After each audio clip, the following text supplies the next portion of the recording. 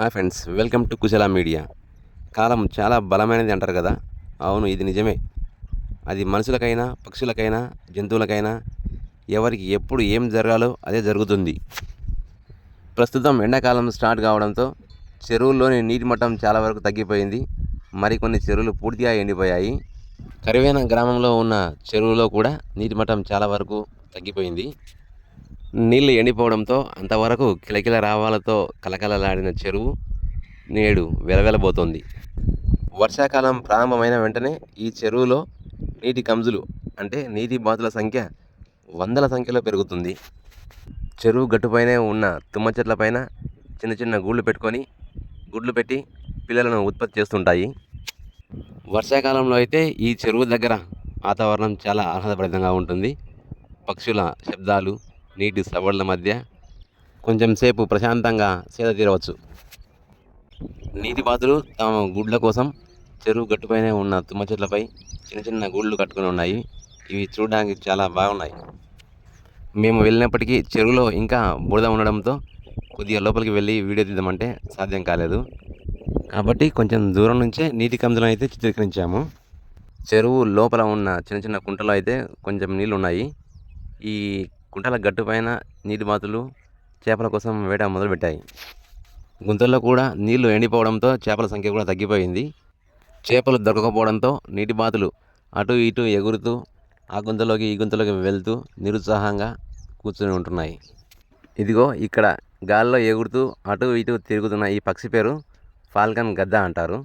ఇది ఒక గద్ద జాతి రకంకు చెందినది. ఈ పక్షులు చెరువులో ఉన్న నీటి బాతుల గుడ్లపైన దాడులు చేసి గూళ్ళలో ఉన్న గుడ్లను పగలగొట్టడం, చిన్న చిన్న పిల్లలుంటే వాటిని నిర్దాక్షిణ్యంగా చంపేస్తున్నాయి. నీటి కుంటల వద్ద ఉన్న నీటి బాతులను కూడా ఎత్తుకువెళ్లేందుకు వేగంగా కిందికి వచ్చి దాడి చేస్తున్నాయి. ఇదిగో ఇక్కడ కనపడుతున్న ఈ దృశ్యమంతా నీటి బాతులకు సంబంధించిన ఈకలు, వాటి కళేబరాలతో నిండి ఉంది. చెరువులో నీళ్లు లేకపోవడంతో ఈ పెద్ద పెద్ద పక్షులన్నీ నీటి బాతులపైన దాడి చేసి చంపడము, గుడ్లు పగలగొట్టడంతో ఈ దృశ్యం మనకు కనబడుతుంది.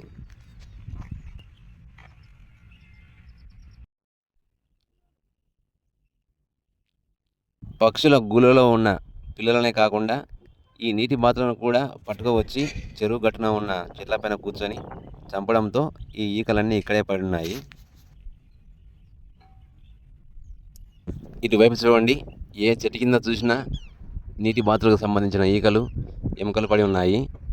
మరికొన్ని చెట్ల కింద అయితే సగం బాడీ మాత్రం అలాగే పడి ఉన్నాయి. చెరువు వద్ద నీటి బాతులు పెద్ద పెద్ద పక్షుల నుంచి తప్పించుకునేందుకు అటువైపు ఇటువైపు ఎగురుతూ ఆహాకారాలు చేస్తున్నాయి.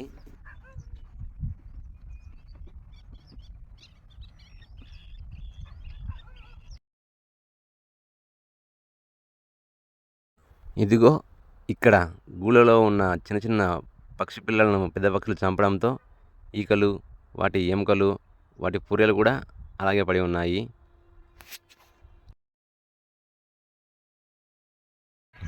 ముందే అనుకున్నాంగా, బలమైన కాలానికి ఈ బలహీనమైన నీటి పక్షులు బలమైన ఫాల్కన్ గద్దలకు బలైపోయిన విషయం చాలా బాధగా ఉన్నప్పటికీ ఇది నిజమే.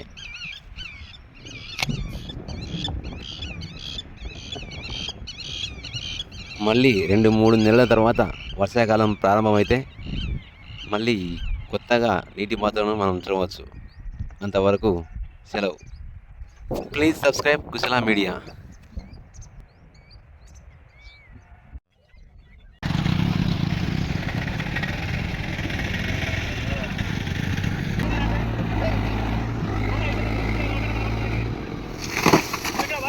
Vale,